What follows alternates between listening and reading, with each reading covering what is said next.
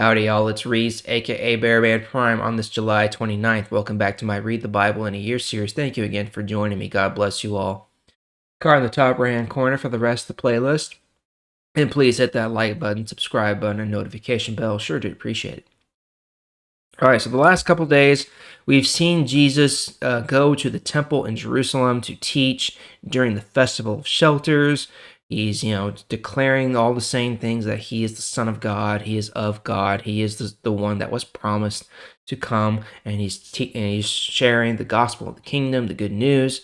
But the Jews there, they still, are fighting with each other. They don't believe, all that kind of stuff. They want to arrest him, they want to kill him, they want to believe him, every which way. So let's pick it up there. We're going to go to John chapter 8 today. And in the first part, we're going to hear the origin of probably a phrase we have heard spoken before. We have never quite maybe not understood the meaning behind it. So we're going to hear that today. And then we'll see another instance of Jesus declaring that he is like the light of the world. Okay, so let's go to John chapter 8, beginning in verse 1. Jesus went to the Mount of Olives. Early in the morning, he went back to the temple area.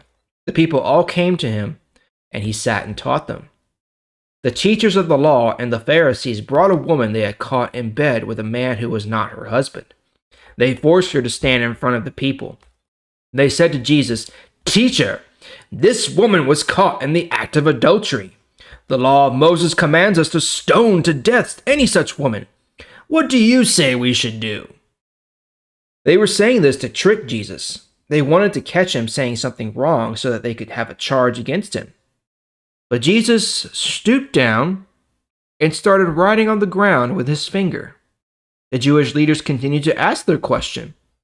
So he stood up and said, "Anyone here who has never sinned should throw the first stone at her." Then Jesus stooped down again and wrote on the ground.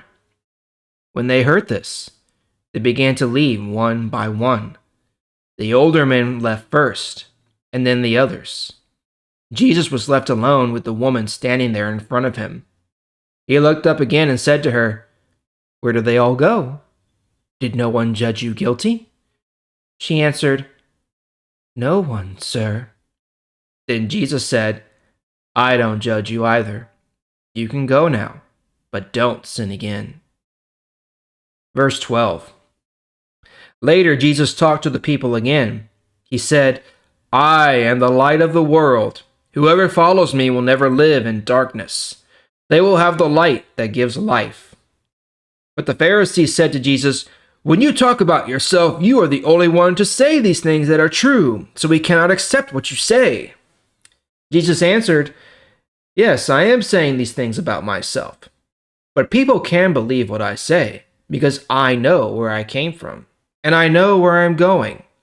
But you don't know where I came from or where I am going. You judge me the way people judge other people. I don't judge anyone. But if I judge, my judging is true, because when I judge, I am not alone. The Father who sent me is with me. Your own law says that when two witnesses say the same thing, you must accept what they say. I am one of the witnesses who speaks about myself, and the Father who sent me is my other witness." The people asked, "Where is your Father?" Jesus answered, "You don't know me or my Father. But if you knew me, you would know my Father too." Jesus said these things while he was teaching in the temple area near the room where the temple offerings were kept. But no one arrested him because the right time for him had not yet come. So here, the first part, we see the instance of a woman caught in adultery, and the Jewish leaders try to use this as an opportunity to trap Jesus in his words, because their law says one thing, but Jesus has more or less been preaching another thing, and so they think that they can catch him and say, "Ha, see, you're not who you say you are. You're full of lies." So they bring him here and they say, "Hey, we caught this woman sleeping with someone who's not her husband. Our law says that she must die, be stoned to death. What do you think we should do?" And Jesus, he's just something. It's so silly to visualize. He's sitting there, in the courtyard. There's like a dirt floor or whatever, and he just kind of go, starts drawing on the ground, doodling as you do, like a kid would do. Like a kid picks up a stick and starts drawing lines in the dirt, and that's what he's doing. And they're like, "Hey, didn't you hear us? We have to judge this woman. Is she guilty or not?" And he's doodling away, and then he looks up. And the translation here in this version is different, but basically, in other versions, what he says is, "Let those who are without sin cast the first stone." Okay, so that's a phrase we have probably heard a lot before, maybe. "Let he who is without sin cast the first stone." And that's what he's saying here is that if anyone here has never sinned, then be the one to cast the first stone at her. And of course, no one could say that they've never sinned. None of us could ever say that. I know I can't. I know you can't. No one can. And so eventually, one by one, every person just leaves the area. They just start wandering away. And then eventually, the only people that are left are the woman and Jesus. And then Jesus asked her, "Where are your accusers? Is no one left?" "No one, Lord." And Jesus says, "Then I won't judge you either. You can go, but do not sin again." And that's a perfect picture of what Jesus does for us. Jesus will not allow us to be judged guilty for our sins if we believe in him. Okay? When we accept Christ into our lives, we are forgiven of all of our sins because he paid that debt for us. He hasn't done that yet here, but this is still a good picture of that. He has paid the debt for our sins, and so that will no longer be judged guilty when our time comes to stand before the throne of God, right? He will advocate for us and say, "Hey, I paid the price for them already. I paid the price for Reese already. He's good." Okay? So, and then we are able to go. But it's still not licensed for us to sin. I've said that before. Just because we are forgiven of our sins does not give us license to sin. Okay? That's totally counter to everything Jesus says. Now, that doesn't mean we won't sin. Okay? That's impossible. It is impossible for us to live without sinning. Even in our minds, it's impossible, okay? We're going to think something that is sinful, right?